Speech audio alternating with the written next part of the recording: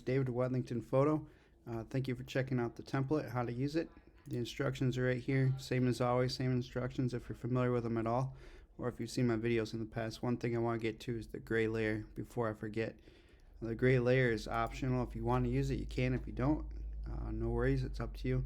The gray layer is right here, it's above the subject. If you shut it off, you'll notice that it darkens her side. It's up to you if you want to use it or not. The one thing is when you put your subject on it, it won't be clipped to it, so you can just drag it down to it and then hold click or alt or option or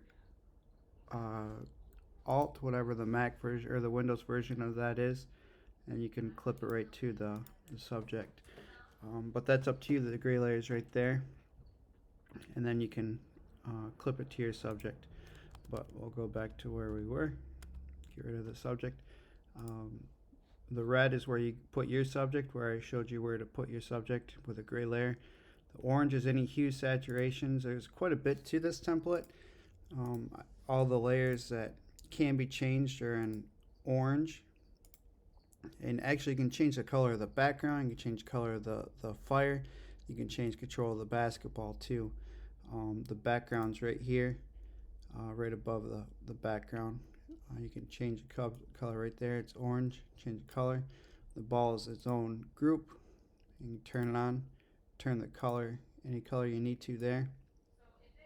One thing you got to be careful with is if you start going too light, you can actually start messing with the blend mode. So it'll look better if you keep it on the darker scale. The same would be true with the fire.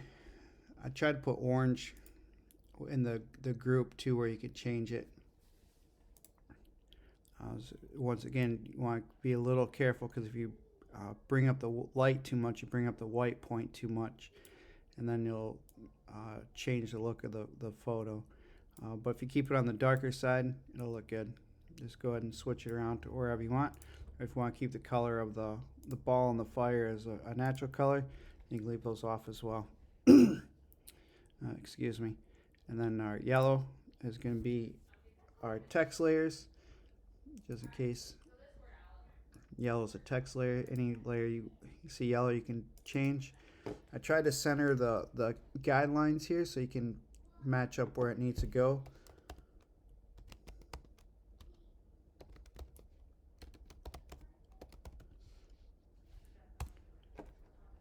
See how it's not centered right now. Hit OK. Control T. Actually, we'll do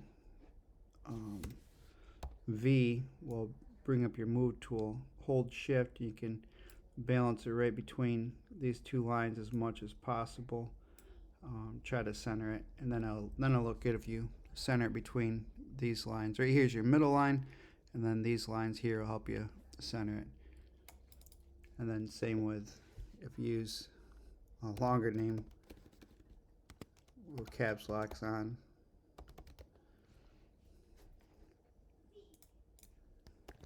Definitely gonna have to shrink that down some. Hit T, bring up the transformation tool. Wethington's such a long name.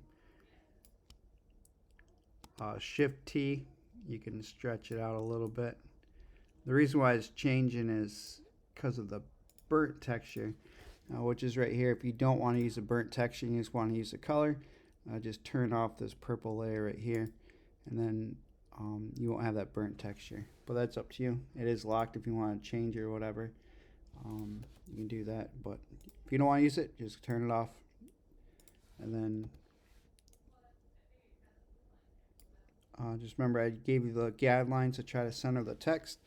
Anyway, I think that's everything.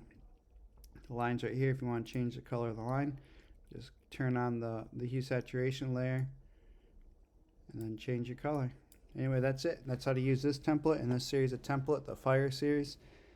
Thank you for checking it out, and I'll see you guys around. Thank you.